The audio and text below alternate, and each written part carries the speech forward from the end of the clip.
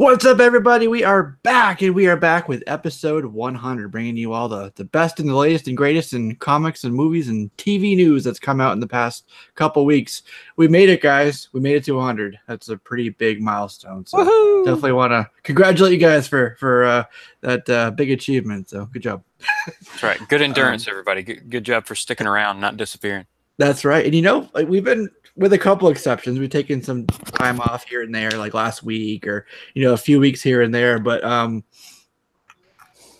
been pretty consistent, week over week. So that's pretty cool. Oh yeah. So good job. What we'll do is normal pattern here, but we have a lot to talk about. Big thing dropped this week with DC and Henry Cavill. And of course, we have a book we want to talk about. I don't know if everybody was able to pick it up or it was on their radar, but something that we were able to read, and we'll tell you our thoughts on it. That was called The Wrong Earth by a brand new publishing company. So we'll get to that later on in the show. And then, of course, some news that we always bring you. Actually, quite a bit on some upcoming titles and new releases that we'll see like towards the end of the year, November and December. And the other big thing that we're going to do, surprise, let me turn my camera on first. Should probably do that. I have my notepad. You guys know what that means when I have a notepad? That means we're doing box office predictions. We are 3 weeks out from Venom. 3 weeks. Comes out October 5th. And we have some updated early tracking numbers. So we'll go ahead and at some point in the show do some tracking numbers for that. So lots to look forward to. I'm going to get some shout outs here, and then we'll get into some updates because we haven't done the show in like 2 weeks. Iron Galactus is here. He was first, so welcome to episode 100. Philly Superman, he's here as well. He says, are you going to add that DC Universe went live yesterday? Yes, actually, it launched. Officially, it launches on the 15th to coincide with Batman Day. But for Android users, came out and that the app is open to be able to access some of the content on there. The first thing, and I see further on, we're talking about it, Titans will be the first original content material on there. Everything else is old movies and TVs and what have you. And that will be coming out on October 12th, which is like right after New York Comic Con. So that'll be coming up. I see Take the Time Collectibles. Brian B. He says, what's up? Scotty here as well. 100 time. That's right. And let's see. Scrolling down. Let's see. Legend. TJ Watson. A bunch of other people. Doom. Thanks, Doom. He says, congrats. 100. Congrats. Exile says, what's up, everybody? Jackio. Congrats. Thanks, everybody's congratulating us. So really cool. Glad you guys could be here for this celebration with us. Miss Hustle as well, and Gomez just popped in too. So cool. I could just go on listing people all night. So before I do that, let's go ahead and kick it over to Chris to find out what he's been doing in the past 2 weeks. Well, the past 2 weeks, I just been same old work and work and just getting some things here and there. So I do have to make a video and catch back up with everything. But pretty much just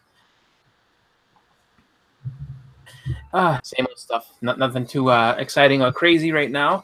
Just kind of unwinding, getting a little bit more of a touch of fall happening. So like weather's getting a little bit, more brisk. Not bad, but just more comfortable. Just enough to where you notice it, right? Yeah, just enjoying that. Football came back, so got to watch that a little bit. But just been busy with work. This past not last week, but the week before was the moving day and everything. So it's just like all the big change happened. So it's been really busy. So just kind of dealing with that and hoping that it calms back down so I can get myself a little bit more time to make these videos and catch back up with everything. All right, cool. How about Mr. You had a big trip out to Georgia, Edwin, and you're back home? Yeah. I went out to Athens, and on my way out, I was able to visit with Justin, which was like Duck Dynasty in the flesh. But I mean, it was cool though. It was really cool, like that we were able to hook up. Like it was brief, but next time it'll be a longer visit. But yeah, it was fun.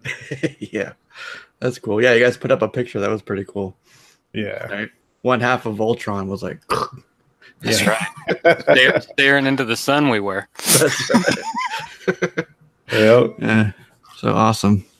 Yeah, that's funny. So a week before that, Justin and I were able to meet up for Dragon Con, which was pretty cool. And then you guys were able to do that. So the next step of that puzzle is getting people linked up with Chris over there, Boston Chris Comics. Right. Gotta make that happen. Gonna have to take a trip north. 2019 Boston, goals right there. Yep. So all right, cool. How about you, Justin? What you been up to? Oh, normal stuff. Dragon Con, like you said, it's been 2 weeks. So yeah, that is kind of, you got to wrap your head around like 2 weeks worth of stuff going on. Yeah, you coming up for Dragon Con, that was awesome. Getting to hang out, check that walk a bazillion miles. Yeah, we did. In like 4 blocks worth of. And everywhere we went was uphill. Yes, it was. It was kind of crazy. Yeah. Atlanta's not flat. Like we said, we predicted it was true. So that, normal new comic book day stuff. I actually have a kind of smaller con that just kind of popped up. I didn't even know that it was happening. And it's only like less than 20 miles from my house. And it's going to be going on Saturday. It's like it's a $10 entry. I went to it last year. It was at a different place. And I came away with some decent stuff, so I'm definitely going to go check that out on Saturday. Hopefully find some cool stuff. That's awesome. And Saturday is what day? Saturday is... Batman Day. Batman Day, yeah. I wanted to confirm that before I said it. But yeah, that's perfect timing. Yeah, definitely. I have to make it to my shop, too, because they are going to have exclusives. I didn't even know there were exclusives, but they're exclusives, and they're going to be giving away prizes and stuff. So definitely going to go do that. I know last year, Batman Day, I picked up like everything around Detective 700. Oh, nice. Yeah. What's fun with that is that it's not just comic shops. I mean, I know a lot of comic shops are going to be doing stuff, but even stores like Barnes and Noble and stuff, like they do have some, whether it's pops, whether it's action figures, they do try to go ahead and celebrate, those days like May the 4th and Batman Day. So I want to say also like Hot Topic, things like that. Like, so, I mean, check out the malls. Yeah. There might be some stuff going on over there. And I don't know if they're doing it this year, but yeah, they did do their own covers as well. I remember one year going around to like 3 or 4 different retailers, like Barnes and Noble was one of them. And that was the Batman Day book. And they each had their own cover. So. And it's usually they usually have sales on the trades that day too. So if you don't end up getting anything exclusive, you can pick up a trade. Probably I think it's like buy one get 2 or something like that. Something crazy, or buy one get one half off, something like that. So definitely worth checking out. For sure. We got some comments in the chat here. Scotty says another all-star meetup. Nice. Sweet Exorcist says you should all meet at New York Comic Con. Iron Galactus has an idea. He's looking far into the future here. He says 200th show has to be a live panel show. Put it on the calendar. So, what is it, like 2 years just to get the 100? Yeah, so in a couple years. So in 2020, we'll all finally meet up, right? So Poor Man's Comics says congrats on a hundo. Brian B says we should start selling tickets now. It's probably a good idea. So, all right, cool. All right, very good. Let's get ahead and jump into the topics. And I guess I should say what I've been doing, which is not much. I'm done. Chilling. Yeah, it's funny. We were talking about the convention. I was there for 1 day, but I got sick when I got back. The old con crud. Yep. I was feeling pretty rough there for a while, and then part of the reason why we canceled last week, just wasn't feeling it. We were at like half the staff, or whatever you want to say, half the panel. Just that was pretty much the week, just recovering from one day. What do you go figure? Really, what we were doing was we were building the anticipation for 100. That's right.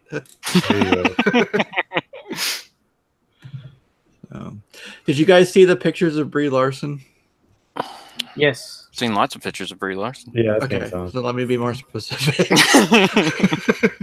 The ones where she was, they revealed her suit, her new suit. Well, not new suit, but the colors. Exactly. From Entertainment Weekly, there was a whole bunch of them around on the beach. Yeah, exactly. What'd you think of those? Good The look at it. scrolls? Just in general, I mean, they showed like Nick Fury. They showed what's his name? Jude Law as Marvel, supposedly, and Ronan. Yeah, a bunch of people in the. I mean, it looks good. I mean, it's Marvel, so I'm happy with them until they like mess up, which they haven't done in 10 years now. So yeah. Yeah, I mean, I think it looked good. I think it was, I think it was, really cool to see the costume and everything like that. I think that, the scrolls definitely, have. I mean, they're not just going with like one like CGI, just straight, emulated scroll like this. They have different sizes and stuff like that. So it gives me hope that one day we'll see Super Scroll, hopefully.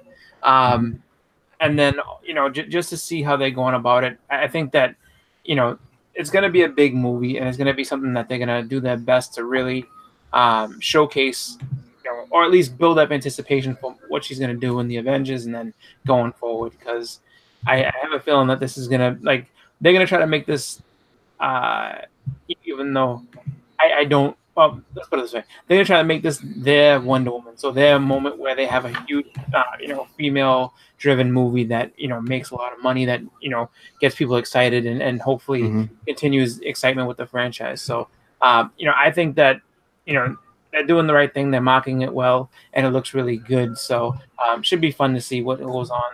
And then also, kind of put that Easter egg to rest, whether or not, that Black Dwarf had, the sash that was basically, Captain Marvel's suit. Yeah. I like that she's wearing a 9 Inch Nails t-shirt there. Yeah. I was like, yeah, she's 90s awesome. Right. Where was it? Yeah, right there. Yeah.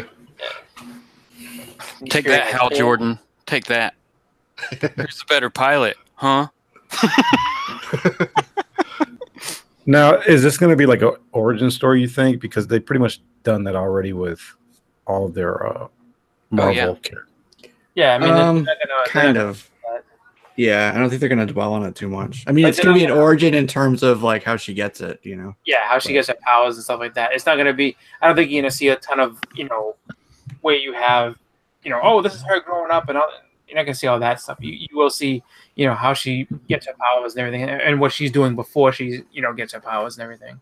Yeah. Well, because there's not going to be a lot of people that's going to know who Captain Marvel is. Oh, plenty of people know who Captain Marvel is. No, I mean, they do in almost every movie for Spider-Man. But not most people. Most people have never heard of this character.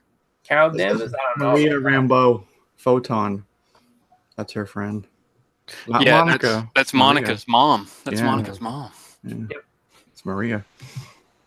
So there you go. That's the pictures. Pretty cool, right? Yep. Good stuff. Looking forward to it. I gotta say, I think it'll be good. Oh yeah. Like Justin said, they haven't really steered us in the wrong direction too much for a long time. So. Ooh, Sweet X actually brought up a good point too, and kind of piggybacking what I was saying, like they want to make it the Wonder Woman movie, but if Wonder Woman comes out the same year, which one's coming out first? Captain Marvel was already done.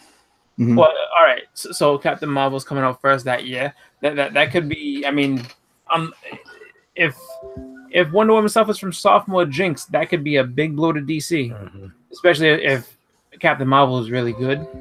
Yeah. You know what else comes out within a month time frame of Captain Marvel? Avengers 4. The other Captain Marvel. Oh, Shazam. Shazam. He's always been Shazam to me. People have always people freak out that he's not called Captain Marvel. Dude's always just been Shazam to me. I don't know. Yeah. I don't know. Like I think he should be Captain Marvel, but I'm not like freaked out that they say Shazam is his name. Shazam is more fun. I mean, Shazam. Just, you know what I mean? Yeah, Shazam is just a more fun name. You know what I mean? Like Captain Marvel, and the fact that he's not associated with Marvel anyway, it just kind of makes it seem weird. But Shazam just it fits better, I think. Yeah. Plus, he has to say that to turn into himself. There you go. He's gonna say Captain Marvel. Say my name. I'm looking at the box office mojo. Wonder Woman did over $820 million worldwide. Do you guys think Captain Marvel would beat that? No. Absolutely. Absolutely. No, I don't know, man. It'd be tough because I mean, so. even Ant-Man, nobody knew anything about that, and I think he barely broke like what 600, Yeah. 640, something like that. Yeah, I would put this somewhere in the 600 million range. Yeah, that's kind of what I was I thinking. think it's more. Honestly, because of the fact that if you watched Infinity War, like you saw that, like, you know, the whole Samuel L. Jackson Paige Charles was like that kind of. I mean, people saw that, so that's gonna get people to be like, oh, I want to see this other one. Like, what's this? You know, what makes her? Like, why would he be calling her in the darkest hour of the Marvel universe? Why would he be calling her? You know what I'm saying? So like, because she's and it's gonna be one of those things where word of mouth is gonna spread and make that bigger. Just, I mean, think of it this way: did anyone think that Black Panther was gonna do what it did? No. Yeah. I think Captain Marvel is gonna do. I think Captain Marvel is gonna do maybe not quite Black Panther numbers, but it's gonna surprise people like Black Panther did. Like, it's gonna be a lot more people that go into that than you would think. Yeah, that is a good point. It does. There's going to be a lot of questions going into it about like what will it reveal before Avengers 4. There you go. So, but people even knew that this Ant-Man sequel was supposed to connect to all this a little bit, and it did do better than the first Ant-Man, but it didn't like break $1 billion or anything. Well, no, it wouldn't do that just because even though it's like art is supposed to give a little bit.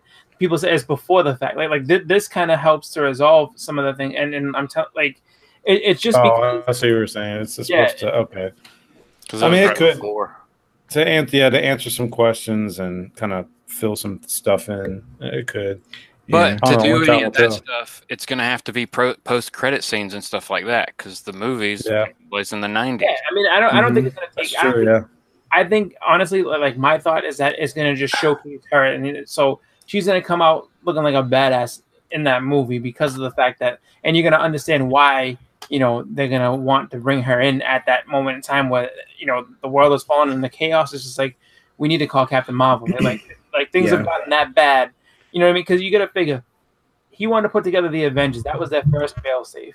And then the Avengers have, you know, fallen apart and everything else. Now it's just like, we have no choice but to call. It's almost like, you know, that's the superhero version of a nuke. It's just like, you don't want to do it unless you really, really have to. I think it's one of those things where she told him, never call me.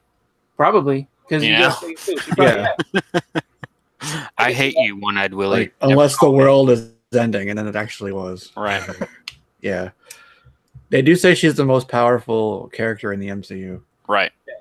So that's going to be cool. I Superman.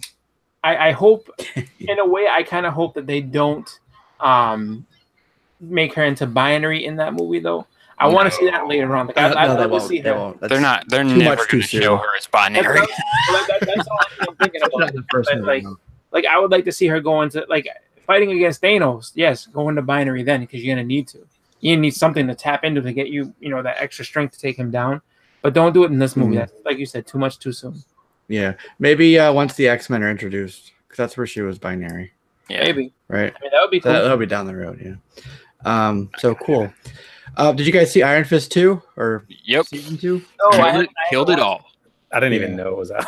Dude. Well, let's not do spoilers just yet, because I know some people still haven't seen the whole thing. But just kind of like high level, you know, what'd you think of it? Much better than season 1. Mm-hmm. And Alice Eve makes everything 10 times better. So it was awesome. Yeah, she was. You throw in a Daredevil villain, Mary. Come on, that was good. Yeah.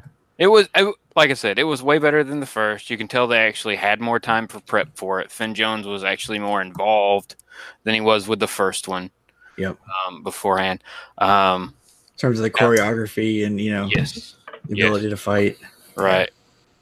I liked it a whole bunch more. Some people complained about, you know, certain parts were slow and things like that, but I never really, I don't know. I mean, I feel like the pacing was a lot better because they did cut it down to 10 episodes. Mm-hmm. If they kept it at 13, there would have been a lot more filler, and I think that there was a pacing issue. With the first season. Yeah. Yes, there was to some extent with this one, but not nearly as much. And again, my thinking is because it's down to the 10 episodes. Right. Well, because, you know, first season you had entire episodes dedicated to nothing happened. Yeah. And this one, it was all like 40 minutes of boardroom talk. Yeah. You know. Yeah. That's an exaggeration, but you get the idea. This is what we're gonna have a new product. Yeah. Like Here's how we're gonna bring it to market. But yeah, and also going into like, you know, the past of the Iron Fist and things like that. Well, that was the expanding thing. upon that universe. That was really good the way they did that in season 2. Yeah. Because in the first one they didn't do enough of that. I would have liked to see more of, you know, what he was about and everything like what was the moon like? Because all you heard was like moon this and moon that and the hands coming, and it's just like, yeah. All they did was they referenced it nonstop, and they showed you like 15 seconds of it. Mm-hmm. And it's just like, so I'm looking forward to seeing what they had done, just because I've seen a lot of mixed reviews on Facebook, like, you know, friends of mine who have just been like, you know, some friends, oh, you know, they got it right this time. Other people, like, I'm in between these episodes and I have no idea what's going on. I don't even care anymore about the show. I'm like, wow, okay. So, like, it's just, you know, it's been so up and down. I'm, to be honest, oops, I dropped my pen. I'm mixed on it. Yes, like I said, it was better. Choreography was better, like Justin was saying. But I had a problem with the villains. It's not a spoiler. It's Davos, and they use the triads, which is basically an analog for the hand. You know, it's not the hand, but they basically needed the same thing. Yeah. Yeah. And one of my favorite parts actually was, I'm not going to say how it happens or what, but a lot of the chemistry and the teamwork between Misty and Colleen. That was probably my favorite part of it. Mm-hmm. Yeah, they did a good job. Davos, yeah, he was a hypocrite throughout the show. That was kind of funny. Yeah. You know? But and they didn't really, I mean, I don't know. I thought it was a weak explanation for why he wanted to do what he did. And there was a lot of inconsistencies too.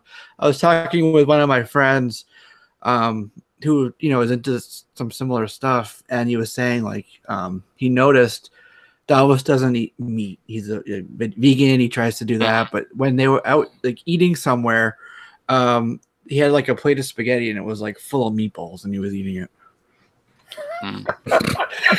Davos, he also did some other things in that episode to get something that he shouldn't have done. That was kind of there it is.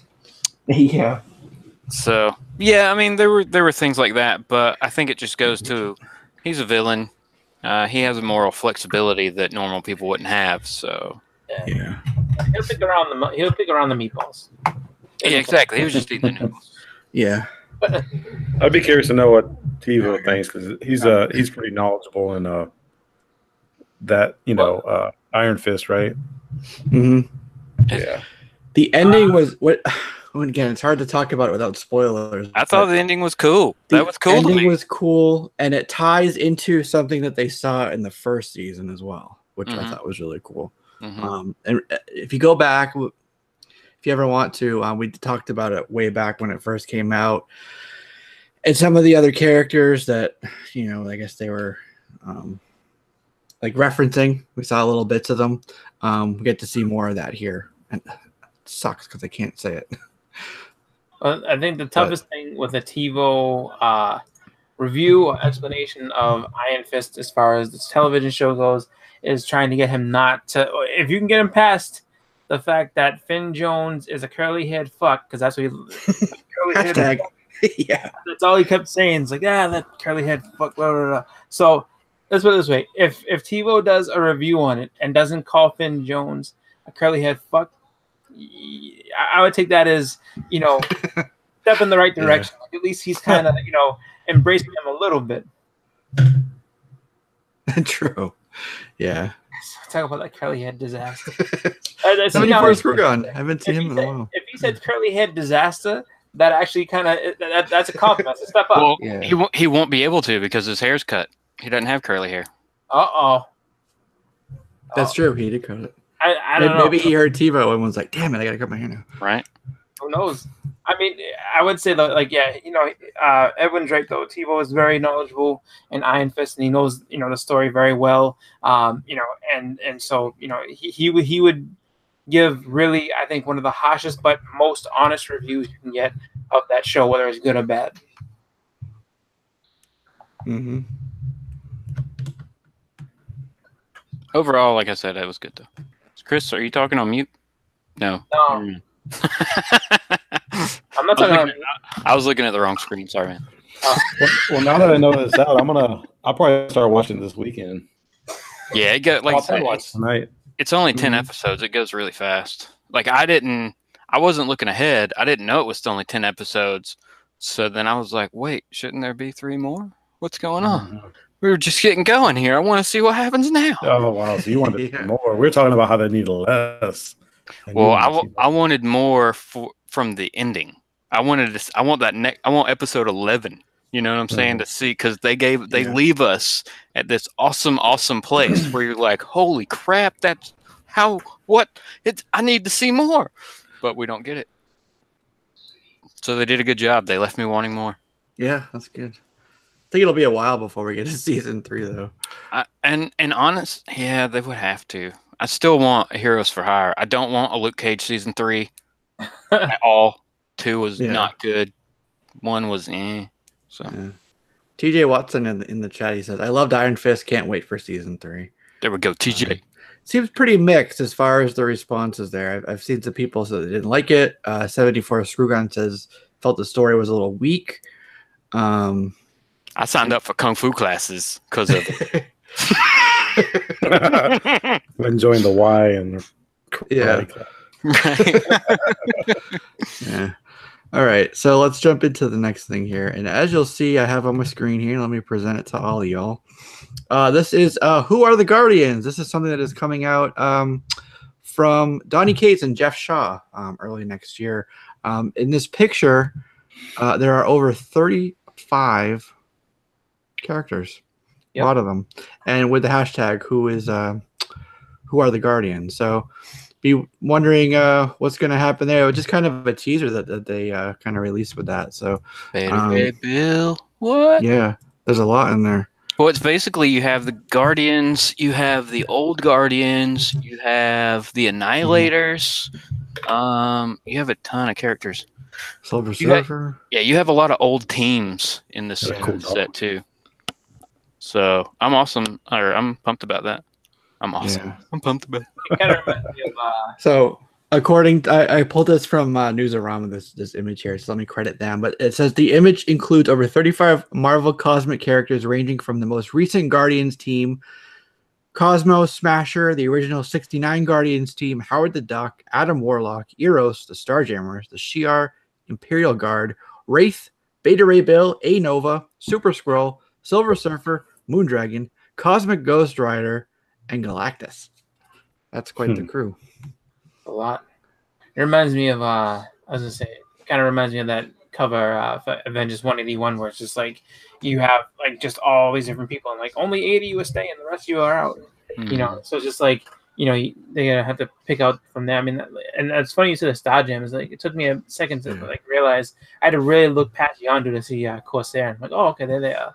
Yeah, I mean that's a lot.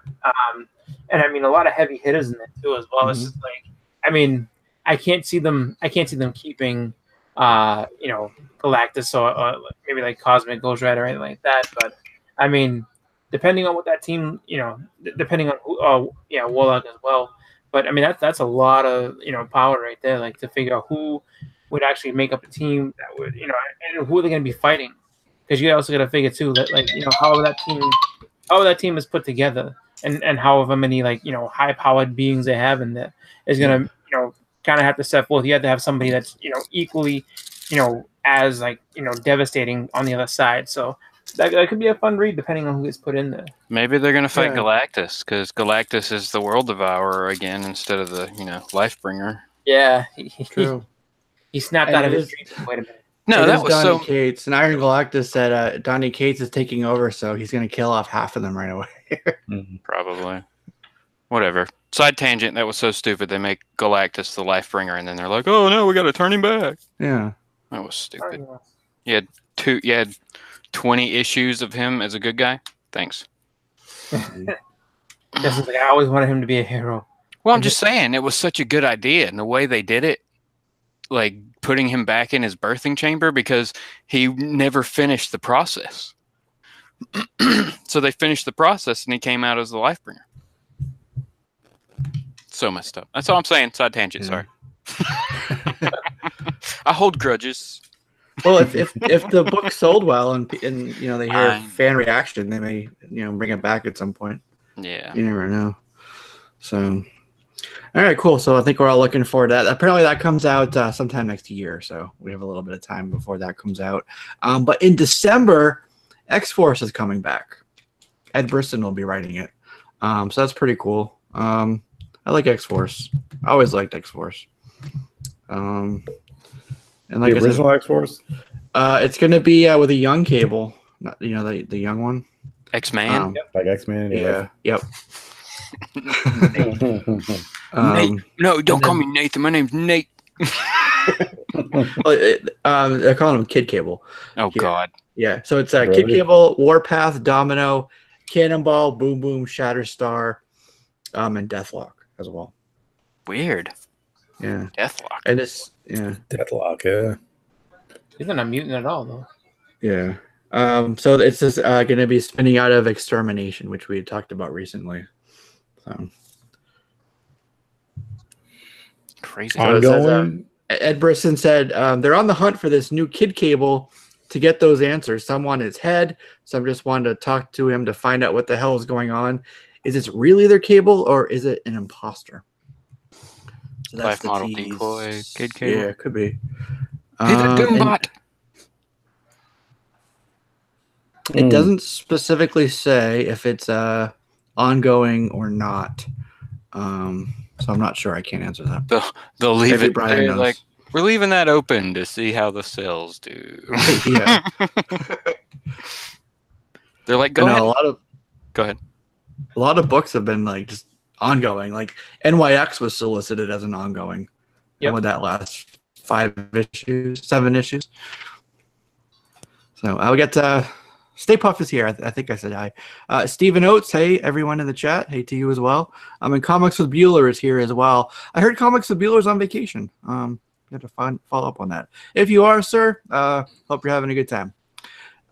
Brian B says Deathlock belonged on the Yost Crane X-Force team. Yeah, that was a really cool team. So cool. X-Force is an ongoing. Okay, so it's an ongoing, right? Winter Soldier's a mini, so that's okay. And you know what's funny? They had a Vision story that was coming out with I forget the writer's name. I forget her name, but it's already canceled. Wow. So, What? before the God. first issue came out, No it's love. already canceled. DOA. Yeah. Did y'all see that? I don't know if it broke today or not, but switching gears over to DC, Martian Manhunter's getting a series in December. Yeah, that should be cool. Yeah, saw some of the art release for it today, or some of the covers, and they look really cool. Nice. All right, let's switch gears to Top Cow then, because that's got some news you'll like. From Matt Hawkins, he tells us that they're relaunching The Darkness. That's cool. Nice. Oh, okay. Yeah.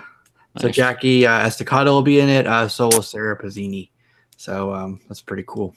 He, if you follow him on Twitter, or if you don't do it, he released some of the work in progress from the artist Tom Grenberg.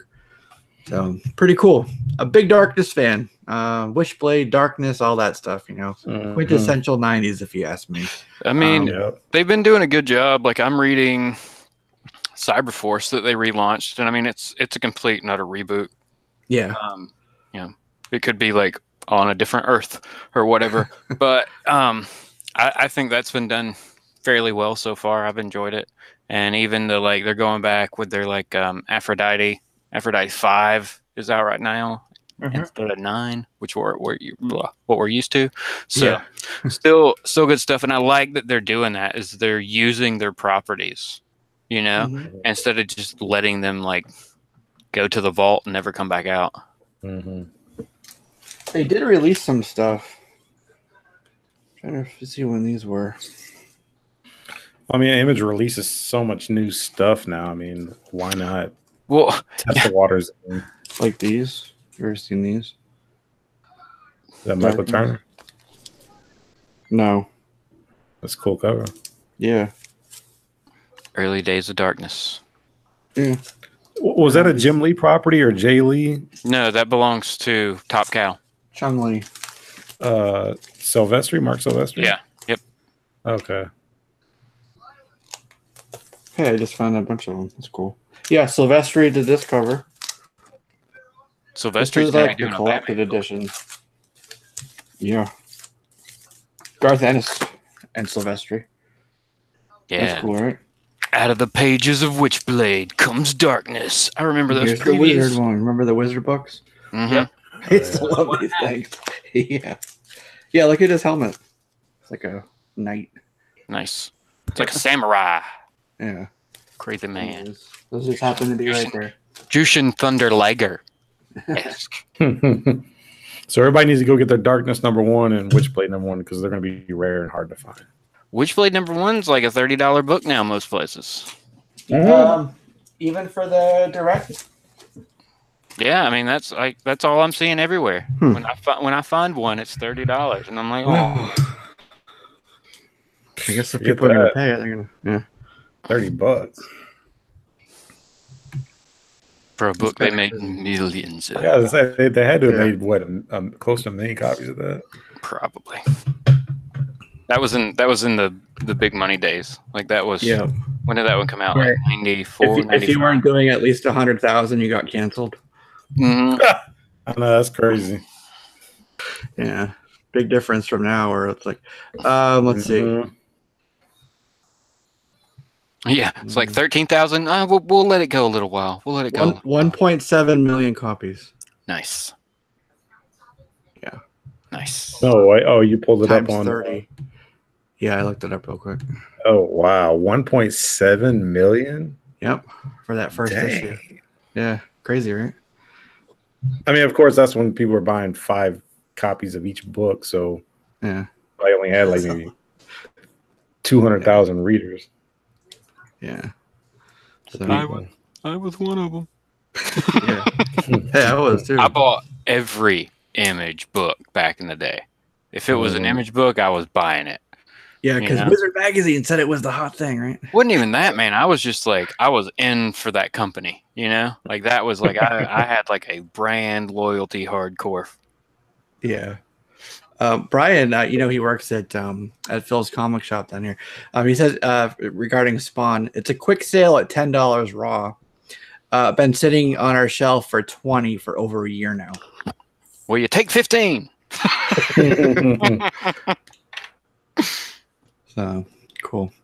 They're talking about some good old WCW stuff. I think Bueller did something with that, right? I said Jushin Thunder Liger.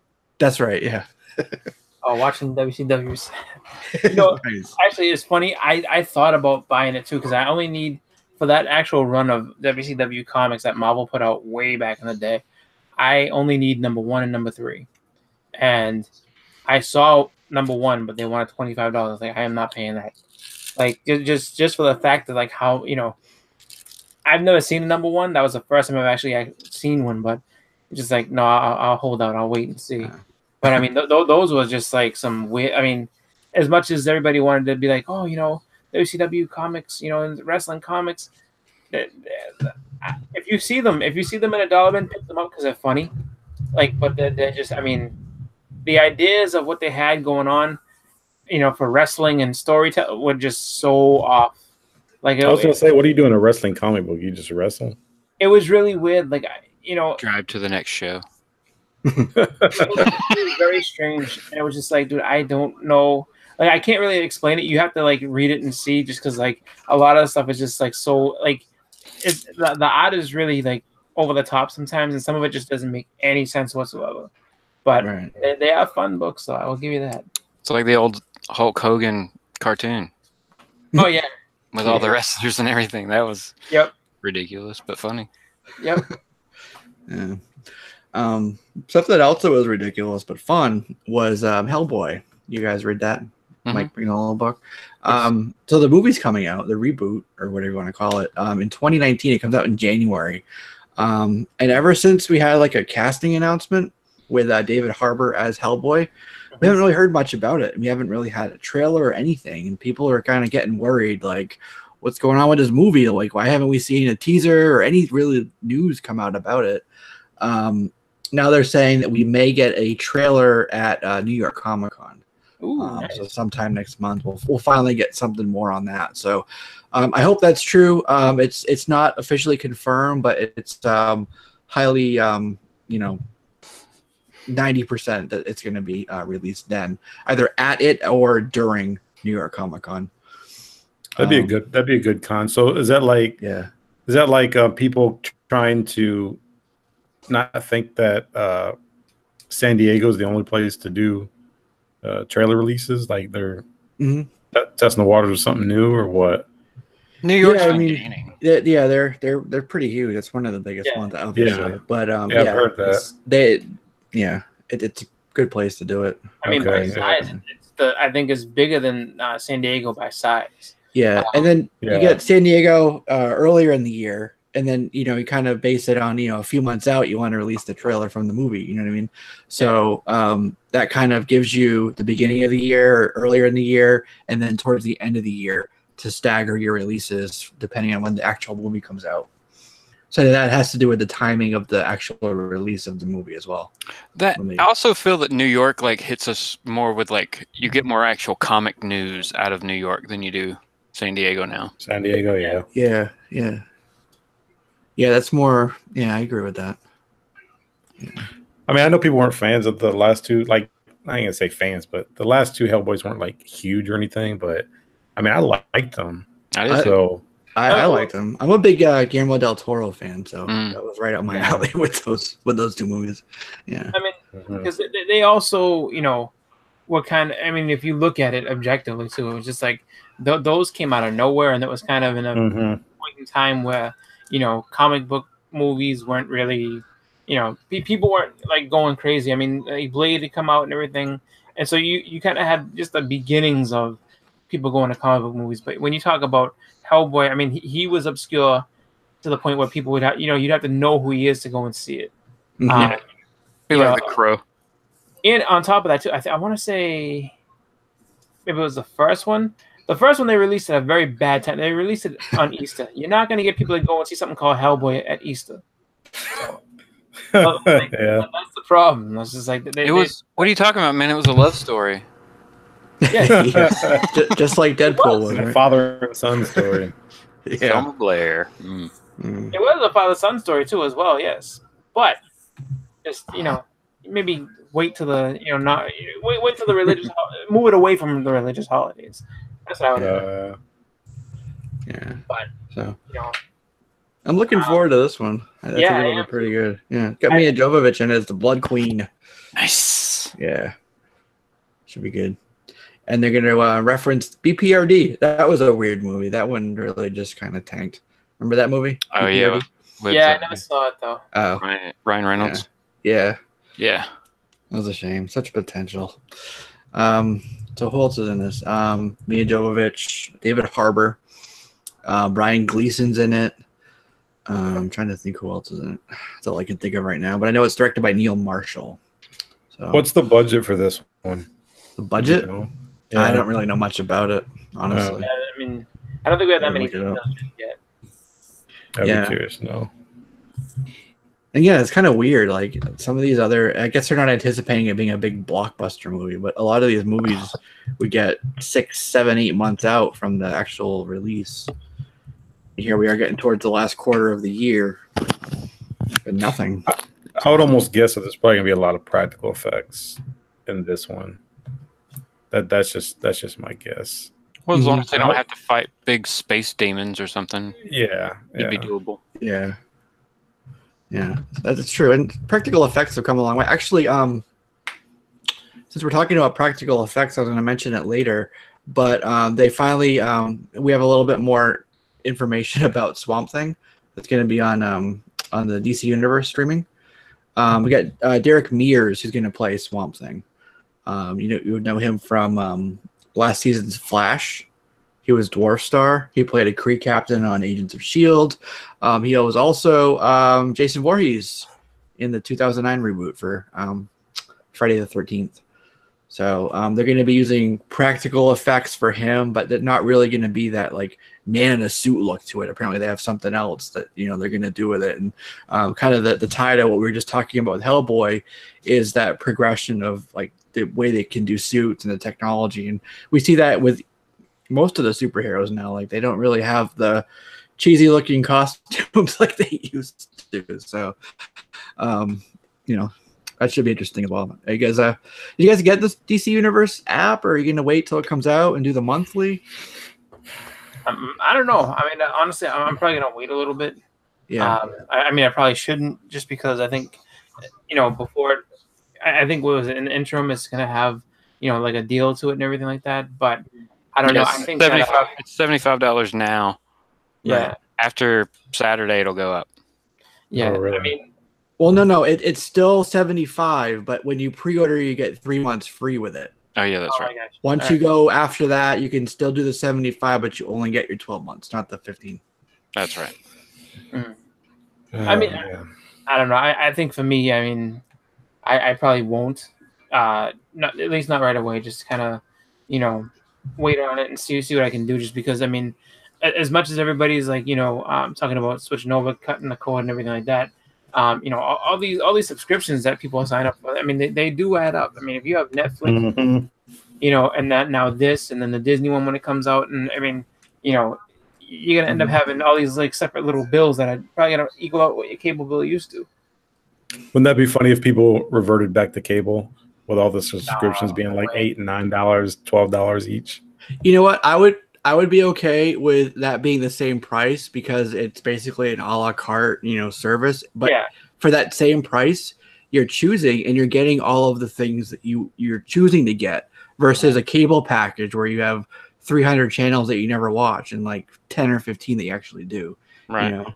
So I think that even though it is a bunch of separate little things that might ultimately be the same cost, it's better value for the same money, because it's all stuff that you chose. You know. That's just how I look at it.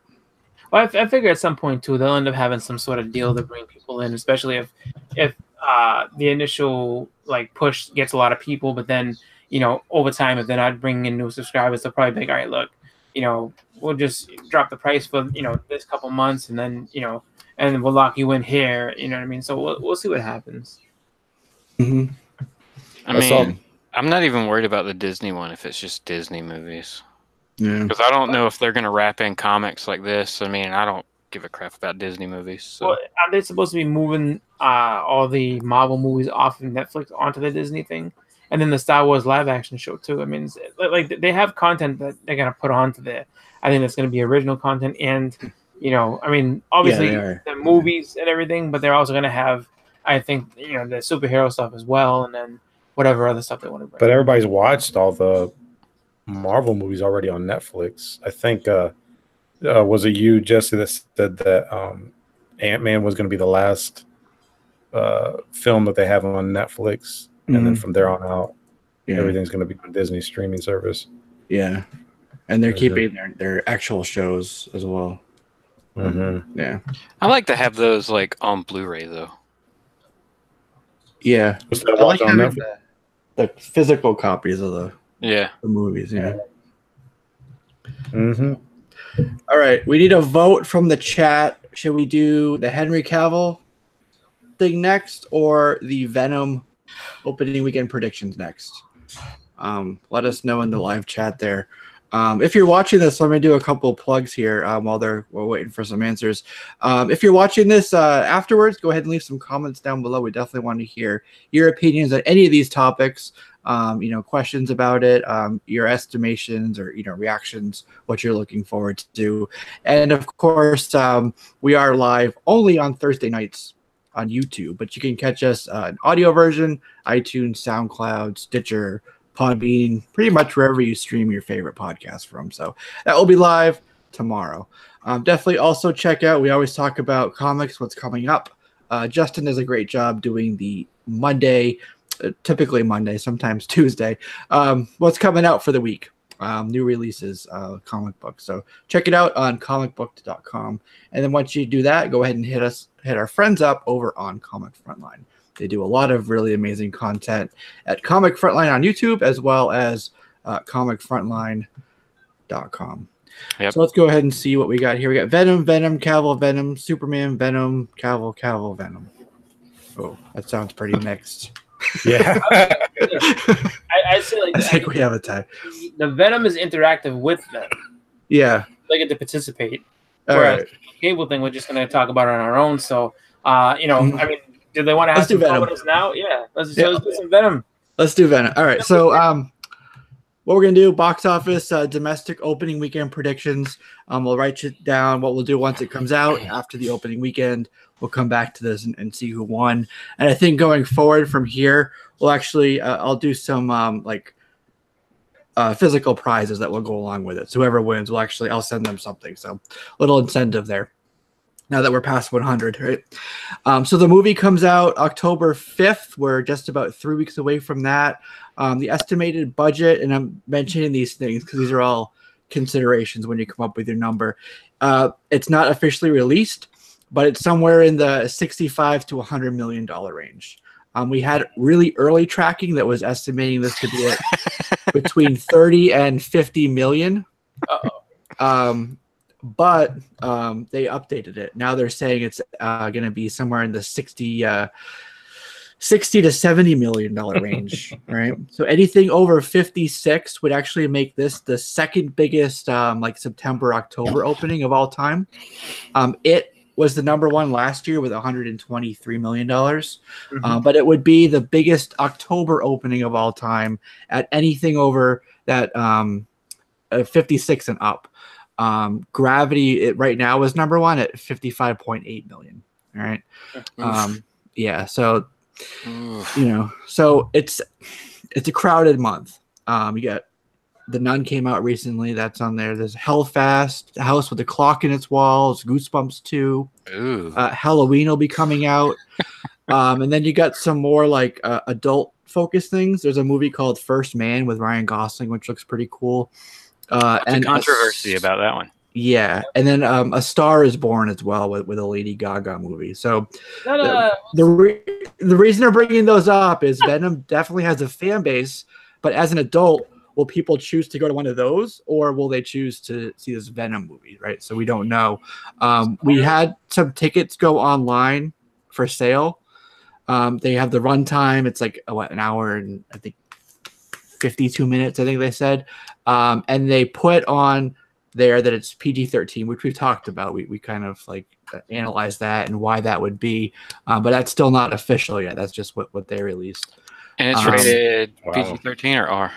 PG-13 is what it'll be. Not 100% confirmed. Like if you go to the official website, it still says this film is not yet rated. So this would come from like Fandango and stuff, where they do where you can buy the tickets and it gives the little like synopsis. They put it there, but then they retracted it. So and it'll be PG-13. So but depending on that, we've talked about this in the past too. There's 4 quadrants where you try to appeal to your audience. If it's rated R, you're cutting your audience in half basically. So PG-13, you're gonna open it up to a much bigger audience, right? So it seemed to work for Deadpool. Yeah. The movie it has to be good, right? If it's not, that second and third weekends, it's gonna tank. So it's all gonna depend on reviews. Like I do reviews too. Whoever else, word of mouth. So are you gonna get to see it early? I'm planning on it. Yeah. Cool. Schedule wise. So yeah, I definitely want to. So if we take a really conservative multiplier, like a good or average multiplier is anywhere from like 3 to 3.5 times what the domestic was when you talk about total gross. So I figured like 2.5. It's below that. It's still something. Suicide Squad was 2.4. Dawn of Justice was 1.9 for the multiplier. It was a massive drop off, and that kind of speaks to the word of mouth and all that. But that would put it, I estimated 56 million, 140 million for an opening. That's a lot for the domestic gross. That is. Yeah, Jackie O is kind of where I was thinking. He said 86. I was thinking about 85. So anything higher than that would be a surprise, in my opinion. Yeah. Oh, let me write these down. So Iron says 50. All right. I'll just tell you I'm just going with a straight 60 million on this one. So that's mine. Yeah. This is definitely gonna be like a word of mouth type of movie, I think. Yeah, I think it's gonna have a really strong opening weekend and then a big drop off after Like that. a 60% drop off or 56 or it could be. It's definitely gonna drop. I mean, Sony's in a good position right now. They had Hotel Transylvania 3 and Equalizer 2, a couple other pretty good hits. So it's not like they're absolutely relying on this to kind of like move forward. And I think that also kind of bodes well for the rest of the films that they have planned, you know. Gomez says 110. Okay. Gomez is very optimistic. Yeah. I was thinking higher until you gave us like October previous numbers of movies, and I was like, okay, maybe not. Yeah. And again, it's a really crowded month. And fans who may not necessarily be fans or aware of or only know Venom from Spider-Man 3 maybe aren't gonna like be really inclined to run out and see it when they have all these other options. So plus there's a lot of football on. Yeah. Well, not even it's just funny that. you say that. 6 unknown. I think Venom 3 is actually on Netflix now. They're trying to Spider-Man prep people. Or yeah, Spider-Man 3, yeah. Yeah. I think you know, you run into the fact that it's not a holiday or anything like that. You're not gonna have a lot of people. I mean, you have to dedicate actual time to go see it. So I think it's gonna be one of those first weekend. You know, I would say it probably would do about. I say 77 million, and then after that you're gonna see. Yeah, you're gonna see it drop to I think less than half that. I think you'd be lucky if you see it do 25 million the next week. Got TJ. Rag. Wow. Okay. Rag says. Wait, let me do Daniel. He's way optimistic. Rag's going like lifetime earnings. 1.2 billion. Rag. 1.2 billion. All right. All right. How about what's your number, Justin? 71. 71. Okay. Edwin. I'll just go with 85. 85. Okay. All right. And then 74. 77 plus 1. This isn't The Price is Right. 74 for me. Whoever wins gets a copy of ASM 300. Psych. I was like, who's putting that up? I don't own one, so that'd have to be you. I'm like, all right, everybody heard it. 70. I get you. Oh, too late now. True believers. True believers. Yeah, true believers. Yeah. That's a good one. So I got Chris, swipe. Justin, Edwin. I got 74 Screwgun. I got Trinity. I got you. Jason, Gomez, Scotty, Jackia, Mr. Unknown, Stay Puft, TJ Watson, Daniel, and Rag as well. So if I missed you, let me know. And then go ahead and okay, Unknown is updating to 63. All right. And again, if you're watching this later in the comments, let us know and I'll add you to this and Brian. do a prize. Huh? Brian said 81.5. Ah, okay. No sense, people. Don't use no sense. It's 0.5. $3.39. All right, cool. So we'll come back to that, when that's actually out. But yeah, so it'll be good. But yeah, I think it'll do enough. And I've said this before. It'll do enough to justify them moving forward with their other projects. So, also they already signed them for 2 more movies. Yeah. The whole reason for the PG-13 is that if they want to introduce Spider-Man at a future date or point in time, it'll be easier transition versus like a hyper-violent, like rated R. How do you bring in, kid-friendly Spidey to that world, and still have that audience? So it'll be easier for them. So there you go. All right, cool. So we got all our votes there. I do want to mention something interesting, Chris. You're gonna love this. Mattel, and they've done this a couple times, but they have announced a film division. Nice. Yeah, Robbie Brenner is going to be heading it up. And they're still trying to do, like Conan and stuff. They were going to do a Barbie, and Amy Schumer was supposed to be it, if you remember, a long time ago. My God. Yeah, interesting choice, right? I mean, wow. I mean, That would fail. How do you say that without being maybe sounding really mean? I mean, dude, seriously, like Amy Schumer is not even close to like what you would imagine for that type of movie. I mean, Jesus. Yeah. There's so many other people they could approach with that, and it's just like, even young people. Like, I mean, if they're doing a Cabbage Patch Kids, yeah, Amy Schumer, go ahead. She grew up. She was a Cabbage Patch. Now she's grown. Like, cause she looks Amy Schumer could do her voice if it's animated. Even that would be kind of weird, though, because like, I mean, Bobby is supposed to be like this, I mean, the perfect woman, and you have her voice behind it. I don't think so. Amy We Schumer, got a woman. if you're watching, no offense. I'm just saying, you ain't ready for. You're not right for Bobby, and you know it. Yeah. All right, you know it. In your heart of heart, you know it. Yeah. A big part of the reason for this, I believe, is to compete with Hasbro. They seem like Transformers and what Michael Bay was doing over there and stuff. Yeah. They want a little piece of that pie. We do finally need something like Conan. Do you I'm trying to think. Who has the ponies, the My Little Ponies? Because I thought that was Mattel too. I don't know. I don't know. I know that they get that subculture that that is like big and all that. So that would probably be a smarter idea than to put out a Conan or a Bobby. I mean, if you have that, because like they had that cartoon and got really popular and everything. You're making all the bronies' dreams come true, Chris. I mean, Mattel. All right, there you go. Is it called? They have was it Hot Wheels? You can do a racing movie, I guess. I don't know. Well, Brian B wants a Ken Hot Wheels crossover. Nice. I'm asking if they're the ones that own it. I don't know. If they do, then why wouldn't you go with that?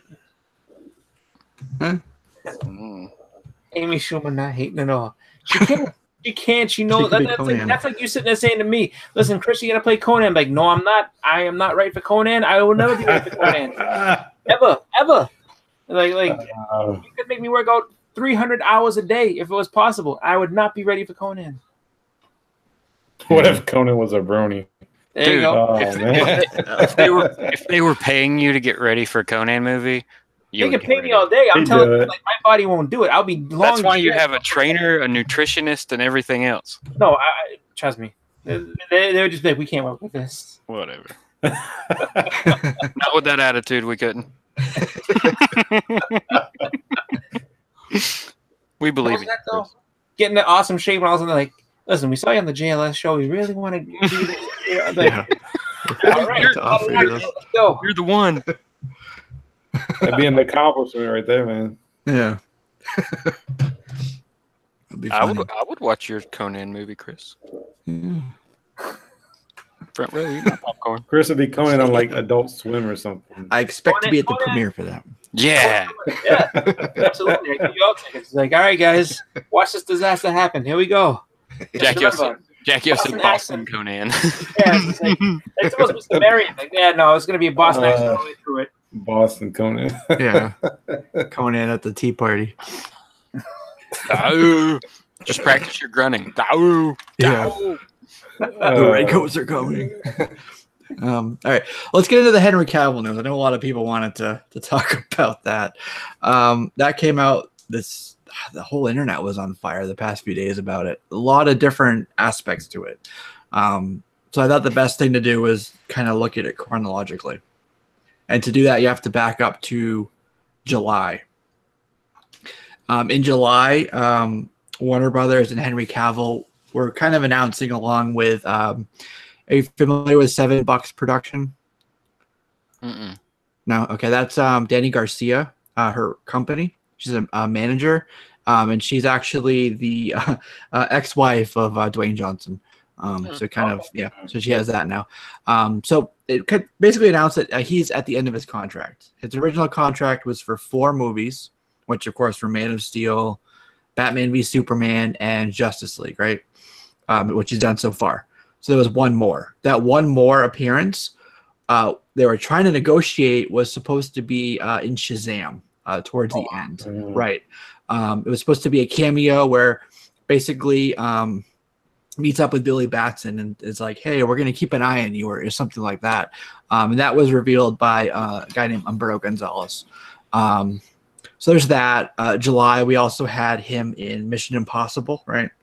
Which was a massive hit. It was a big success. So they kind of proved there that he's a draw. They can use that for negotiation. But it was him and Warner Brothers trying to figure out the end of the contract and re-upping on a new contract, basically. September, we found out that at the beginning of September, a couple weeks ago, that he was cast as Geralt for The Witcher for Netflix, right? He's also working on Man from U.N.C.L.E. 2. Yes, that was I like that movie. Yeah, he was, I think it was back in like 2005 or so. It basically came down to him and Daniel Craig for Bond. Obviously, they went with Craig, and that 2006 timeframe. So I guess around there, he kind of did. He went to Man of U.N.C.L.E., which is something very similar. But that was a underrated movie. I thought it was pretty good. Yep. But I hear one of the things that people have been talking about this, is that he's next in line after Craig for the mantle. But there was a Hollywood Reporter article that came out that basically said that Warner Brothers, basically they're done with him. And again, it comes back to the money and the contracting. They want to go in another direction. They want to move towards a Supergirl movie versus a Superman, which is an interesting choice. But I mean, they only have, I think, 4 movies right now officially confirmed on the slate. You have Shazam, of course, Aquaman in December, Wonder Woman 2, and the Joker movie. That's it. We don't know much else. And that's out to the end of 2019. So Man of Steel 2 potentially would be like 2020, 2021, quite a ways away. And I think that they're kind of trying to move to a position where they don't need to rely on the big 2 or big 3, so to speak, and that's kind of what happened with Marvel too. If you think about it, right? They couldn't use Spider-Man, they couldn't use Fantastic Four, they couldn't use X-Men, so they had to go with some of these other lesser known characters, I guess. That's why they chose like Iron Man and stuff, and we all know how that went. So I know one thing that the internet was saying was Darkseid couldn't kill Superman, Doomsday couldn't, Zod couldn't, but Warner Brothers could, right? So that right. So that was kind of that news. But very quickly after that, we had Denny Garcia, again, $7, still his manager. She came out with a quick little statement on Twitter, and she said that basically Cape is still in his closet. Not long after that, we had a very vague statement actually from Warner Brothers. They didn't confirm it or they didn't deny it. People are like, is he or is he not Superman? And all they said was no decisions have been made regarding the Superman films. They had great respect for him and stuff, and that remains unchanged. But they didn't say he is still Superman or he is not Superman. But one thing that another person in the studio did say is that it's funny, we were just mentioning Bond. Superman is like James Bond, and after a certain run, you have to look at new actors. There's a recognition that some parts of the previous movies didn't work. Now, Deadline ran an article, and one of the things that they mentioned, it was basically just a quick like throwaway sort of line. They said that the studio was looking at Michael B. Jordan to play Superman in the future, right? So that was something that people ran with, but that was just a quick line. Just considering people, having people sit or read for roles, that happens all the time. That just doesn't mean much. But a lot of people are like, oh, it's going to be it. It's confirmed. It's not true. Everybody pretty much it. Started freaking out about, he's going to be Val Zod. That'll be so cool. He's Val Zod. Yeah, exactly. Right. And then everyone's like, oh, Cavill's free now. He can be Captain Britain in the MCU. So I think that would be pretty cool, actually. But then actually Cavill put out a quick little video. I think it was on Instagram, right? Yeah. Yep. And he didn't say anything. That was awesome. It was very cryptic as well. It was awesome. Yeah, I kind of got from it. He was saying like, am I just like a piece of merchandise to be like bought and sold now? It's just like all down to the money, So that's pretty much the whole, chronologically what happened with him. it's hard to say. Like, he still technically has one more movie on his original contract, and I'm sure he'll fulfill that at some point in some way. Unfortunately, it won't be Shazam, which is what people were hoping. But I have a feeling that that's going to be it. Right. Usually when this type of thing happens, a studio will come out and like categorically deny it or just confirm it. They were very vague with it. Maybe that's legal because the contracting and the negotiations are, still ongoing. And again, there's nothing in the horizon that we can see in terms of like a Superman movie, no Man of Steel 2, who knows on that. And kind of the same thing, if you think about it, is happening with Affleck. Nothing's really on the horizon for his Batman. We have the Joker movie. That's a different thing. Matt Reeves wants like you said, a younger Batman for the Batman. I think considering a few people like Armie Hammer, people like that. Who else? I can't think of his name. Wasn't it Jake Gyllenhaal at one point? Mad Men guy, yeah. John Hamm, yeah. Which you want to go younger? He's not really that much younger than Ben Affleck. No, Yeah.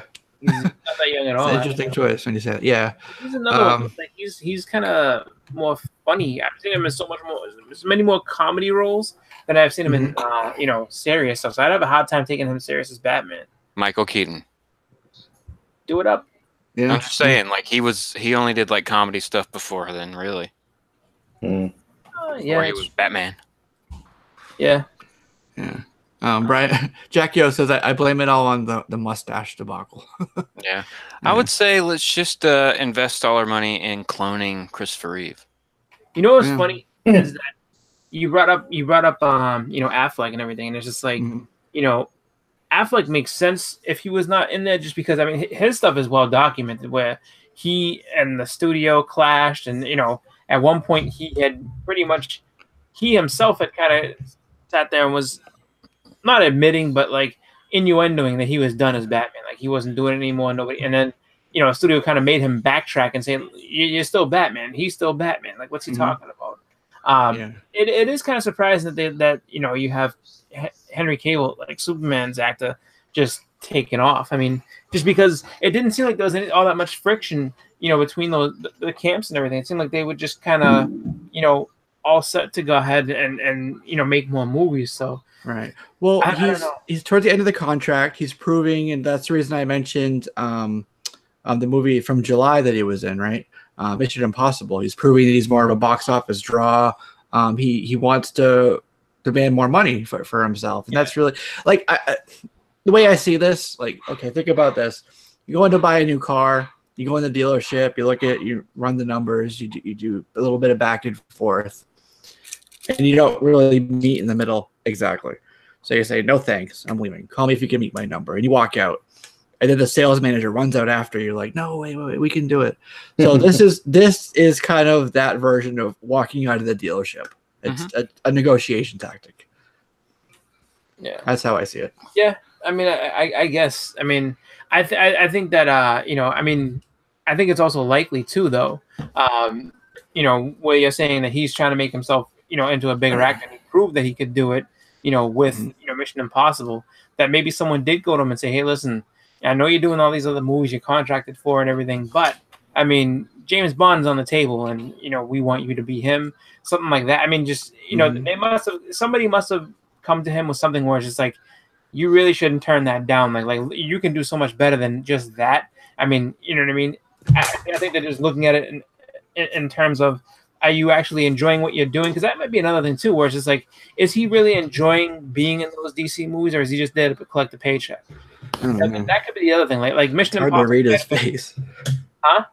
When he's actually playing the part, it's hard. He's very stoic and disconnected, and so it's hard to gauge what he's feeling.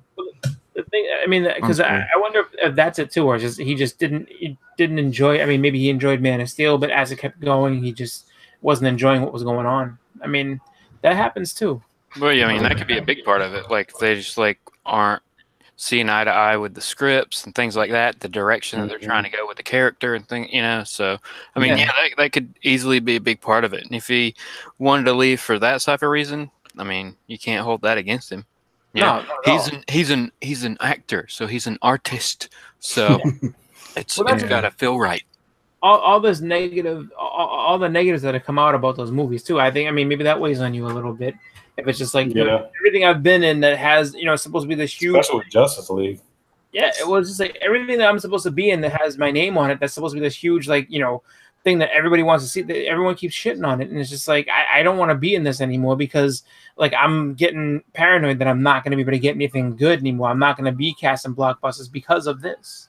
So, I mean, we don't know what's inside of his head, but I mean, I just find it to be because of everything that came out, and because it's kind of like trickled out like little by little, and then just all of a sudden he's gone. It's a little bit shocking to me that he's actually gone before Ben Affleck would be gone. So I figured Ben Affleck was, you know, packed his bag and he was out. It'd be a step back for Warner Brothers if he did leave. I mean, he's been Superman for 5 years now. Man of Steel came out in 2013. Well, that's the thing too. Like when Jesse was saying about you know, sometimes people are like, oh, you know, it's a role that, you know, people get into and do all these different things. I think that he hasn't been Superman long enough to be like, you know, we should recast him, just because, I mean, he looks the part. He, you know what I mean? Like, why would you get rid of an actor that, you know, has just that whole potential to be Superman and just, you know, be believable as Superman? That's the question. Yeah. I don't know, man. I'm back. I froze there. Sorry, guys. Yeah, I know. I got a little nervous. I was like, oh, he froze. We're gonna go. There goes the live. Don't drop. Yeah, we survived. We're still on. This is good. Yeah. Did you read any of the comments there from Scotty, TJ? No, I was feeling it, so I just kept going. Okay. All right. So Scotty says Keaton was a great Batman. Agreed.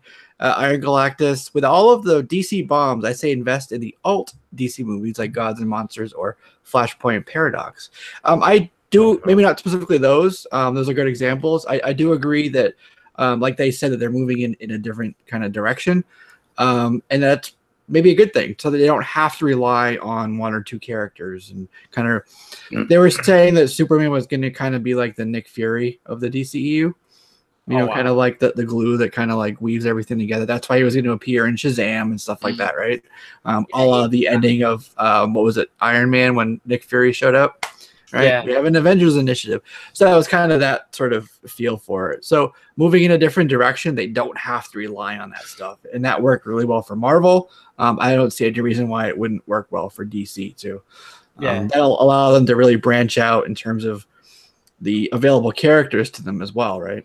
Well, if they just wanted to go, like, I mean, at this point with these films kind of all up in the air and kind of limbo and stuff, they could easily just go Earth 2. And that would bring in, you would have that would make all the diversity people really happy, because you would have more representation from a lot of different characters, or a lot of different ethnicities and stuff like that. So that'd be a good way to go. Power Girl, we could do, I mean, instead of Supergirl, we could do Power Girl. Right. I would love that. with the boob window. There's a couple of reasons why that would be a good reason. Yep. Who's gonna play Power Girl? Like, I'm pretty sure she'd have to be CGI no matter who you got to play it, just because comic book Power Girl is not. I shouldn't even say enhanced. Enhancing even that, like, just she ate her Wheaties and that's all you need to know. It would be funny, kind of like in the comics. What the artist did was slowly throughout the issues, her breasts got larger and larger. So like they could do that with the movie. Like she starts off like just, you know, regular size at the beginning, and then by the end it's like, you know, she needs help. Yeah, exactly. And she just like floats away at the end because there's instead of being like Pinocchio, she just gets, the stronger she gets, just. That's messed up. That's funny though. I don't know, man. You got plenty of DC characters to develop. I still like the idea of rebooting Green Lantern again. Yeah, but it just seems like they have no clue what to do. Yeah, yeah. Like, so. And then you also got Martian Manhunter. Right. It doesn't matter what they throw at us. If the story isn't good, it doesn't matter. And they haven't. Wonder Woman's the one exception, realistically, that everybody pretty much agrees on as being good. Everything else is trashed between people that liked it and didn't like it, you know? Right. And like it or not, like Justice League, Suicide Squad, you know, I guess it was BVS, right? Mm-hmm. They all underperformed at the box office. They didn't do that well. They did pretty well compared to most movies, but in terms of what they were, anticipating it to be, it didn't do nearly as well as what they're trying to compete with. Yeah, yeah. And that's always been their problem, is that they're just trying to play catch up, and they're trying to copy somebody else's style, and it's like, don't do that. Do your own thing. There's so many characters they can go ahead and put out there and develop. And honestly, I think that even starting out by being like, okay, you have to have a Superman, Batman, and Wonder Woman first. No, you don't. Like you could have any number of characters just come out of nowhere and just shit. If they really wanted to, and if I'm not saying that it would be, taboo to do it, but you could, instead of doing Justice League, why not Justice Society, like the Golden Age heroes, like put those guys in the forefront for a little bit. Our man. Yeah, exactly. You know what I'm saying? But like people that if you're into that type of stuff, it, but then it kind of gets people's interest. Like it's stuff that you haven't seen before, and that I think that's basically been DC's problem the whole way through. It's just that they're not trying to be innovative on their own. They're just trying to copy what Marvel didn't see. Oh, we have better characters, and see, this is it. So we'll outshine them no matter what. It's just like, yeah, but you don't have you're not doing it right. Well, I mean, if you go to the TV side of it with like the CW shows, like they've done a good job of introducing the multiverse and different versions of characters and things like that. So, but what the thing is too, those guys all have more time with their stories. They have more time with those characters, and the thing is, they should have brought those people over to talk to them. But listen, I understand you're doing this for a TV format, so we'd have to really condense it down. But like, what do you see? Like, how would you tell the story about this character? How would we incorporate these guys in? Like, and I think a lot of the issue that they're having is that they see a formula, and like, we can emulate that, and people will like our characters better. And like, that's, I think, what the mindset is that our characters have been around longer. People know them better. Like, who's not going to watch, Batman, Superman, or Wonder Woman? Mm-hmm. And that's the thing. People will watch it, but if they don't like it, that's where your problem is. Yep. Exactly. And that was what they didn't anticipate, that second and third weekend, that big drop off that they had, Yep. So, all right. We have a question from Iron Galactus. Will Aquaman suck? That's a tough question. Depends what he's drinking. Yeah. To think about it in terms of everything else, I would say like this, because you don't have much from Aquaman to go from other than Justice League and that very little snippet from Batman vs Superman. Mm-hmm. You never like there is a possibility that it might not. You know what I mean? Like there's no expectation, I think, for it to be knocked out of the park and just to be this like super home run. So it's possible that it could end up being serviceable. That's anybody's guess, man. Serviceable to good. Here's my prediction for Aquaman. If it does well, we will see a fast-tracked Namor movie. Yeah, I could see that. Marvel Blade, we could do it better. Yep. But and then we can have Atlantis versus Wakanda War. Oh, yes. That's right. Marvel will say, hold my beer. This is how you do it. Yeah. I don't know. I'll tell you, I like what I've seen so far. And, if we look at like BVS, I've said this before, but out of the cast, he looked like he was having the most amount of fun with that, his character. He was one of the strong points of that movie for me. So I don't know. I don't know where my expectations are, but they're heading towards the direction of I think I'm going to enjoy it. Mine are very low. I'm not going to lie to you. But like I think that there's not much that I'm going to say it like this, not to be a jerk, like because Marvel, this is like mine are low just for the fact of that I went into other movies with high expectations and wanted them to be really good, and they weren't. So it's just like I keep them low, and see if I'm rewarded by something that is either like I said, serviceable to good. Because honestly, I think that like Jesse said, he's having the most fun with it. He's the one that's actually into the role, I think, more than others. So, I mean, he's going to try to do his best to, I think, make that work out because of the fact that, you know, it means, you know, that he can live out this character and really, you know, bring him to life and keep it going. So I think that, you know, it has potential to be good. I mean, it also has potential to fall flat on his face. I mean, just because the same potential that this movie has, Suicide Squad had. And Suicide Squad really had a chance to be good. I mean, the trailer was awesome, the way they had done it.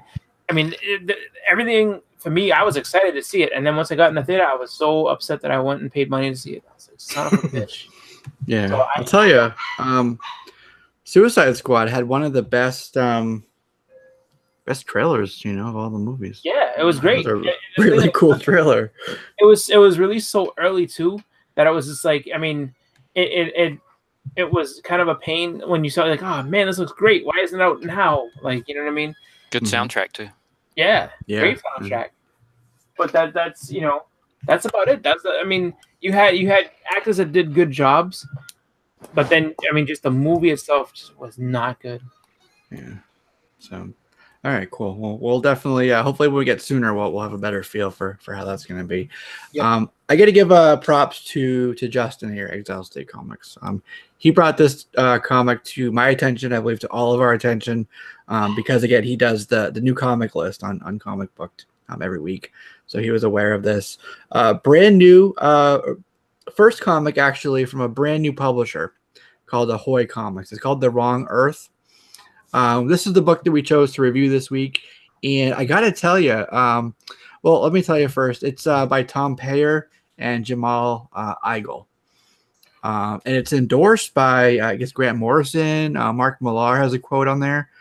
He said, "If you love superheroes, you need this, and if you hate superheroes, this book will change your mind." So that's a pretty good quote there from Mark Millar. An endorsement is the word I was looking for. Mm-hmm. Yeah, it definitely superhero genre. I like pretty much everything about it. I like the story. It was a cool story. So basically you have what's his name? Oh my god. Dragonfly Man. Dragonfly Man. And there's two separate Earths, two separate realities.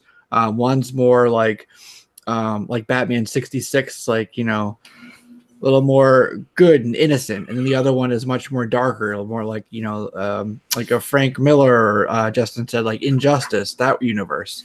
And then in the story, those two characters get flipped over to the alternate universe. So you have like the Injustice Batman in the Batman 66 world, and kind of how that works. I like that story and that concept. Also, I really liked the art, and, you know, like the colors really popped for me. Mm-hmm. And this is like the art style that I like when I read superhero books. This kind of reminds me of like the Marvel house style. You know what I mean? Yep. So I don't think I have anything. Yeah, I don't think I have anything bad to say about this book, to be honest with you. I don't either. I like it was longer. Yeah, it did. It was kind of short for a first, but again, it was a first issue. It was It was like, we're throwing you into this world, you know. Yeah. There was no introduction to the character of how they became. There's no origin story or anything. Like, we're just thrown into the action of oddly enough, they're both fighting the same villain. So you got to figure that, you know, to Dragonfly Man, this villain is like his Joker, you know. Yeah. Right. And the fun part about it was too, like how Justin and you guys both said, you're thrown into it, but the way they introduce it is almost exactly like they did the old Batman, you know, show back in the day, where they're like, when we last left our heroes, they were in, you know, this caught by the diabolical such and such, and yeah, that's what, that was opened up right. I mean, if you've ever watched that Batman show, or if you have any idea of it, it was very familiar right from the get-go. And that was what got me too, was also like the dialogue from Dragonfly Man and from Stinger, like that was just like, it was classic. It was perfectly done. Yeah. I was just like, holy crap, they did it, and it rolls off the tongue so well. So I think they did a good job. Yeah. And the fun part about it, I think for me at least, like, you know, watching the two worlds kind of, you know, go back and forth, and how the, you know, both versions of, you know, the Dragonfly interacted with their worlds, and you know, everything. It was really cool, like how I think they had like really good mix of comedy and humor, and also just like those serious moments, serious moments and shock moments, because it's just like a lot of things. I mean, things just happen, and you're like, whoa, what's going on here? Yeah, and exactly. They did a great job transitioning over from both sides of the book, and then really the way it ended, they left it in a spot where you can tell that there's gonna be something. You can tell that they're getting towards something more that's going to be kind of cool to see how they keep crossing over.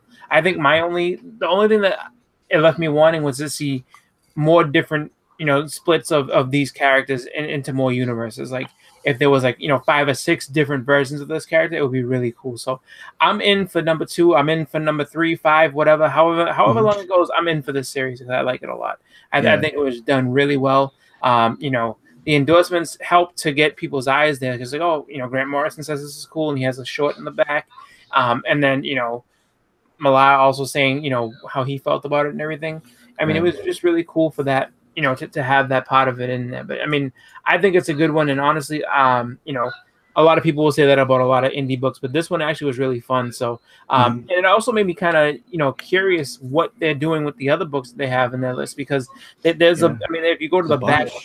Yeah, if you go to the back, I think there's 4 more titles that they're launching in October. So I guess October is going to be their big launch month. This is just there was something with Chris Giarrusso as well. Yeah, Chris Giarrusso has a book. Man, I forget. I have to look in the back again. But there was about 4 or 5 titles coming out in October that they're saying we're going heavy into it. So I would say definitely give this a try, see if you like it, and if you do, look forward to some of their other titles. But I mean, pick up number 2 though. Go ahead and pre-order it. My shop orders a lot, and they already sold out of Wrong Earth issue 1. That's not that's a good point, Justin. If you get this book, if you find it, you like it, put it on your pull list. I have to actually go ahead and do that just because I get the feeling that it was in my shop this month. Maybe next month it probably won't be, just because the fact is, or once word of mouth gets out there, they're only gonna order 3 or 4 of them, and if I get to the shop after everybody else, SOL. So I'm definitely gonna have to put that on my poll. Yeah. Well, the comics here. There's I don't know if you guys noticed them, but I mean, I noticed right away there was a little bit of a ripoff of Joker and Harley. Of course. Well, there's a ripoff of everything. I think that was the. You think that was intentional? Yes, 100%. What about? Well, I didn't catch the beginning of y'all's discussion of it, but did anybody get a feel of it being kind of like the Tick? No. Not the Tick. Maybe the more corny side of the what was it? The Alpha. The Alpha. We compared it to Batman 66. Yeah. Yeah. I didn't read Batman 66, but I've seen the artwork. So have you seen the TV show? Look at this one, Cat. Oh yeah. Yeah, it's just like that. Okay. In the beginning, it's just like that, and then the crossover of worlds and everything kind of changes it up. Ginger. Hey, look, Justin. Yeah. Kind of a dragon monster thing. That's crazy. It's like Heaven. Cthulhu dragon. Yeah. Payer's writing pretty much all of these. I believe he's also the editor-in-chief. Nice. This is the extra. This is what I saw. Chris Giarrusso on it. Yeah. High Heaven. So, I agree with that. Definitely pre-order.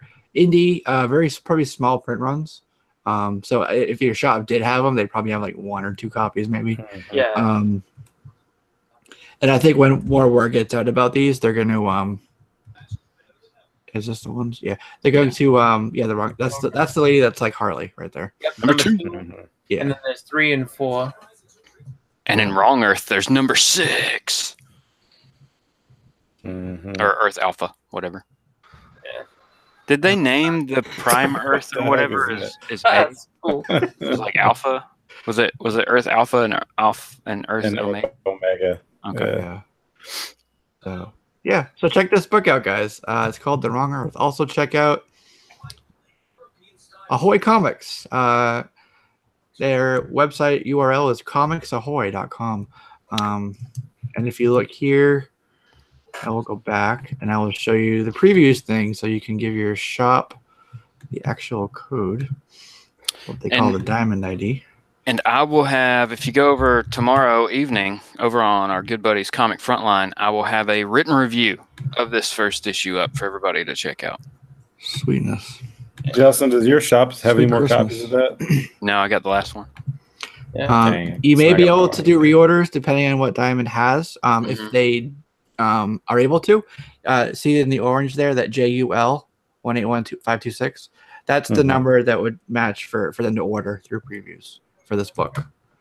So that's what you Yeah, wanna give which shops probably have like Jesse said, if you want this first issue, let your shop know right away. Like it's like tomorrow morning, call them with that number and say, hey, do you have any more of these? Or here's the number. Can you order me one? Yeah. Because they're still in that first week to where they can get them and, probably have it to you by next Wednesday, them. Right. Yeah, I'm gonna try to see if I can get a couple copies. Yeah, because I mean, like mine, my shop, I think had like 4, and nobody had touched it. So it was like, I picked up the 1, and then there were 3 left. But I haven't been in since Wednesday, so I could go back and check and see. But I mean, I'm gonna assume that they're gone just because there's a lot of people that like to a lot of people just cruise indies as it is, and they're like, oh, something different. All right, I'll pick it up. So I'm gonna assume that it's not there anymore. But I'll take a look. But that's the thing though, like those 4 copies, those other 3 people that decided they liked it or whatever. When I go to try to get it after work on Wednesday, I have a feeling that number 2 is going to be gone, and I'm going to kind of be stuck. So that's why I say put it on your pull. Like if you got it and you like it, put it on your pull because it's definitely worth checking out. Brian B says Diamond has it in stock. He just looked it up. So use the code, everybody, and order that crap tomorrow. I'm gonna order a second issue or a second copy just to have it. Yeah. If that works out for you, or if you're having some trouble, I'm sure if you contact Brian, he could probably, because he works at a shop, he could probably hook you up. Absolutely. Yeah, definitely order these through your shop. That helps your shop out. It helps you out because you're getting your book. It's a win-win. So definitely. Tina says, "Hi, Tina. Someone is from Boston." Yeah. There you go. All right. Cool. So what do you guys get coming up on your channels in the near future? Anything fun and exciting? Friday afternoon comics tomorrow, everybody. Yeah. Friday afternoon as opposed Another to one. Monday morning. That's right. Another one. Double duty.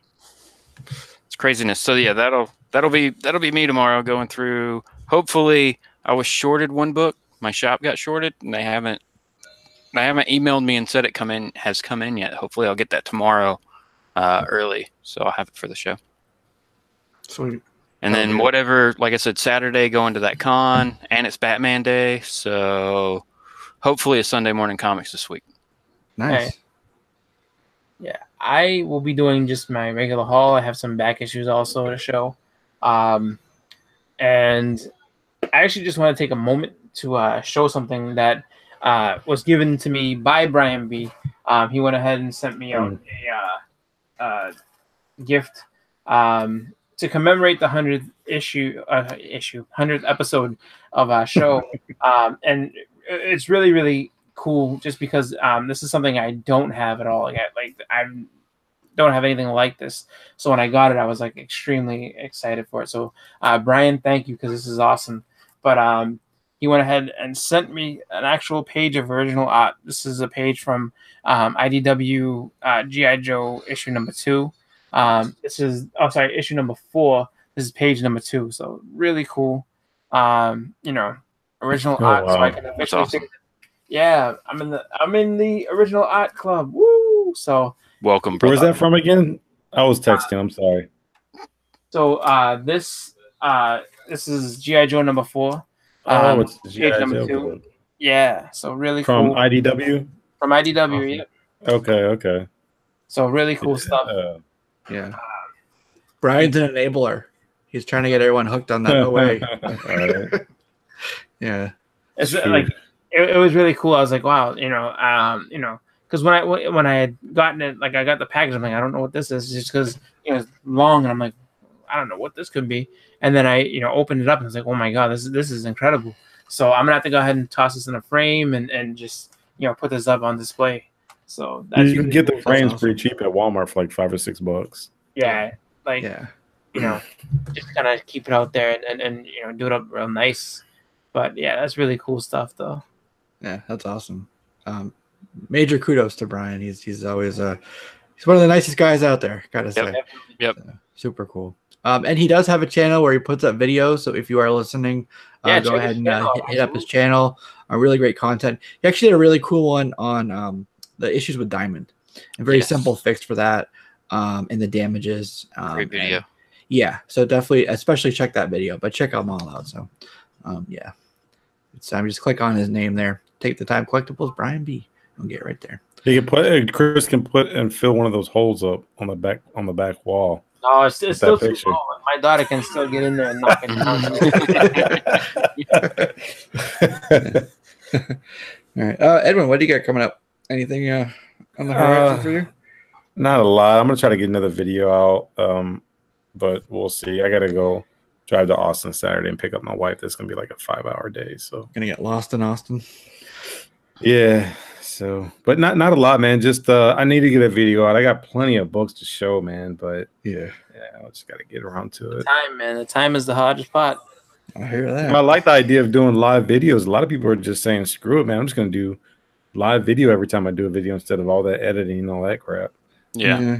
Yeah. I mean, there's that, and then the fact that if you're doing a live video, you have the time. So that's the biggest thing is just getting out there and just put it up when you have a moment. So. And you get to interact with everybody at the time, so it's kind of cool. You get a live reaction. You can be interactive and talk and everything like that. So, Yep, that's been my favorite part of doing like the Friday and Sunday shows. Right. Yeah, it's fun talking with the panel here, but one of the other really fun things is the chat and interacting with people and that whole aspect of it. So, yeah, that's a lot of fun. Yep. Mm-hmm. So do it, Evan. Go live and show us some stuff. Yeah. Click all the You get a buttons. chance. Yeah. Never stop broadcast. That's right. We could. There's so many of us in the comic book community. We could do that one weekend and set it up to everybody's got an hour. Yeah. We just keep switching channels. Non-stop broadcast. Yep. All right, everybody. Now we're going over to this channel, and after that, we're going to this channel. So I've already called out of work. I'm going to be here for the next 8 hours broadcasting to you. I'm set this video private so that my work doesn't come and see that I'm not there. That'd be hilarious. I don't know what I did. That wouldn't go over so hot. But, oh my god, 8 hours by yourself, that would be way too much. I mean, you have to have at that point. If it was me doing something like that, I would have unintentional guests, like whoever walked by. Hey, and here's my sister. Let's all talk to my sister for a while. So now I'm going to read from this paper that was on the floor. Just sit there reading silently on camera. Yep. Now I'm going to eat. You may watch me eat. Hey, you know what? No joke. People like those videos. The eating ones. What if you gotta go poo? You put up a nice. You committed to that time. You committed to it. Read a comic while you're on the toilet. That's right.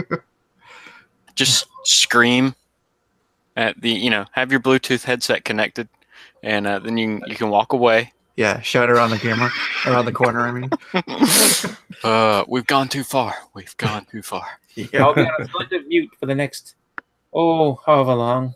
Just, selectively mute. All right, I'm back, folks. I'm back. 2 pounds later. All right. Yeah, Tina. People watch videos of people eating on YouTube. So the Zip Poppin' actually has a show on cable, so that shows you how far Dr. Pimple Popper. Yeah, once things get popular, that's it. Yeah. There's a video for everything out there. So that's right. Yeah. So I got just typical stuff coming up on the channel here. Like you guys said, I got some books, so I got to do haul on that.